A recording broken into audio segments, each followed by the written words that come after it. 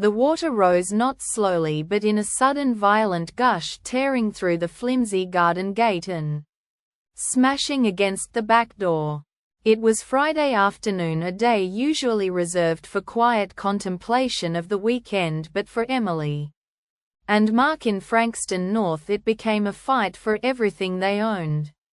Within minutes the living room floor was submerged, a murky tide carrying leaves, mud and the terrifying promise of deeper damage.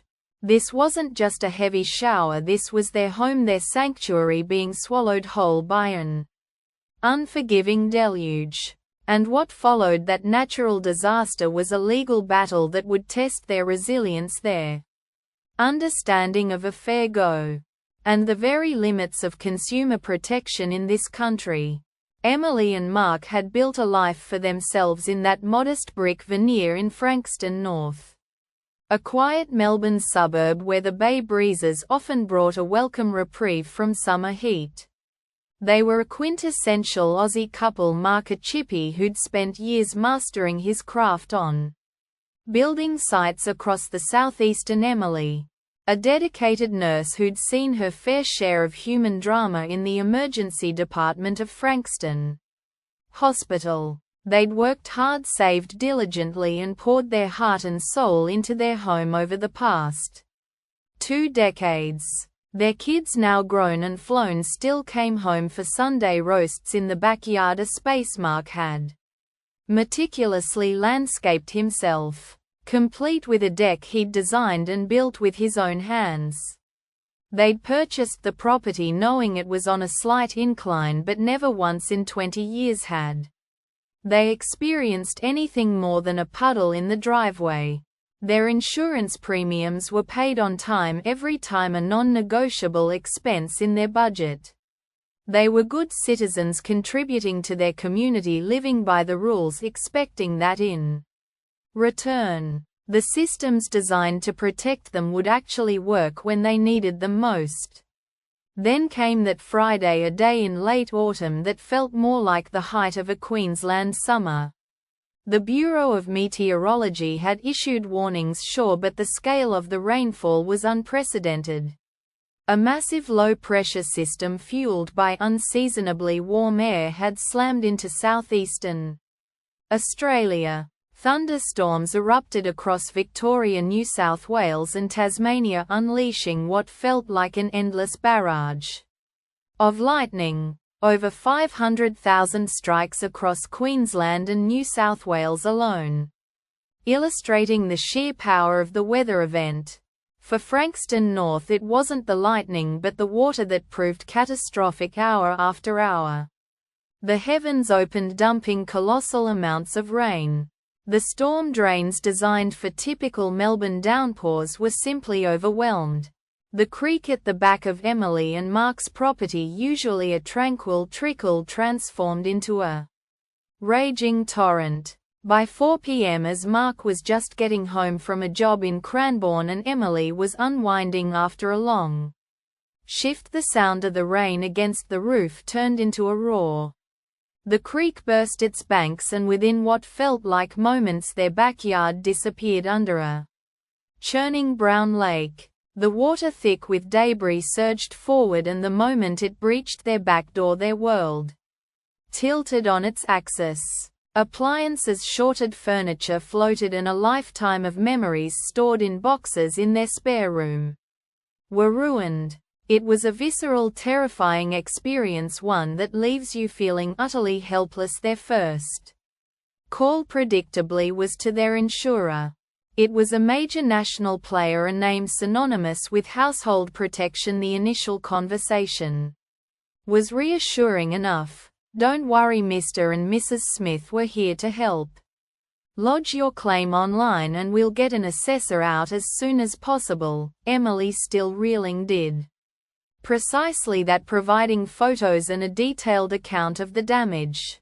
But as days turned into a week and then 2, the reassurances began to sour. Phone calls went unanswered, emails were met with generic automated responses. When an assessor finally did arrive nearly 3 weeks later, he spent less than 20 minutes at the property barely looking beyond the visible waterline.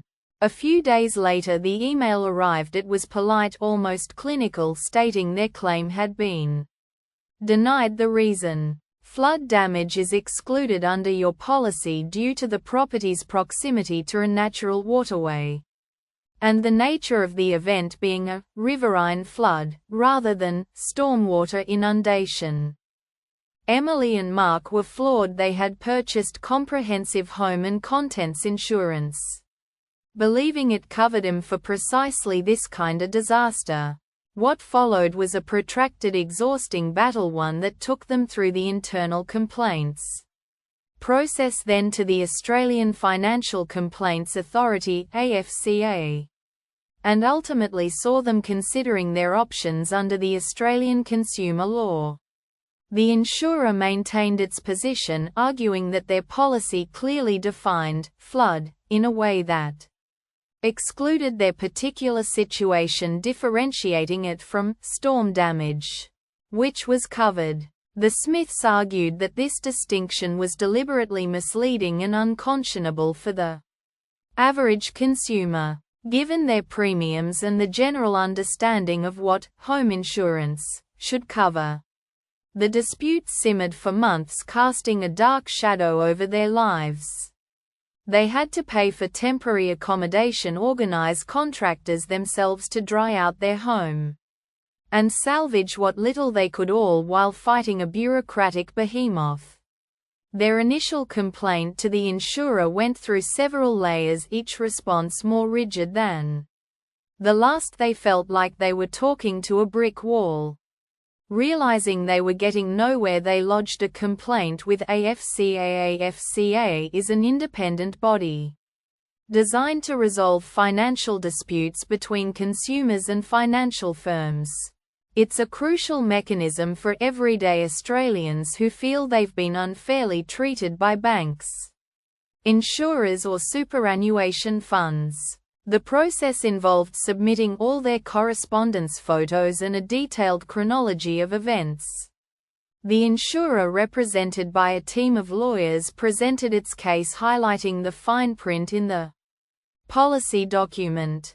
Emily and Mark, with the assistance of a pro bono legal clinic, argued that the language surrounding flood versus stormwater inundation was ambiguous at best and at worst an unconscionable contract term under the Australian consumer law, particularly sections 23 and 24, which deal with unfair contract terms in consumer contracts.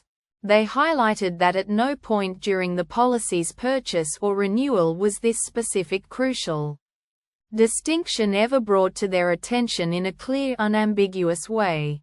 They argued that the average Australian consumer paying for comprehensive insurance would reasonably expect cover for water damage from a severe weather event, regardless of its precise hydrological classification. The stakes were enormous: their financial future, the repair of their home, and their belief in the concept of a fair go. After what felt like an eternity, the decision from AFCA came down. It wasn't a complete victory, but it was a significant one.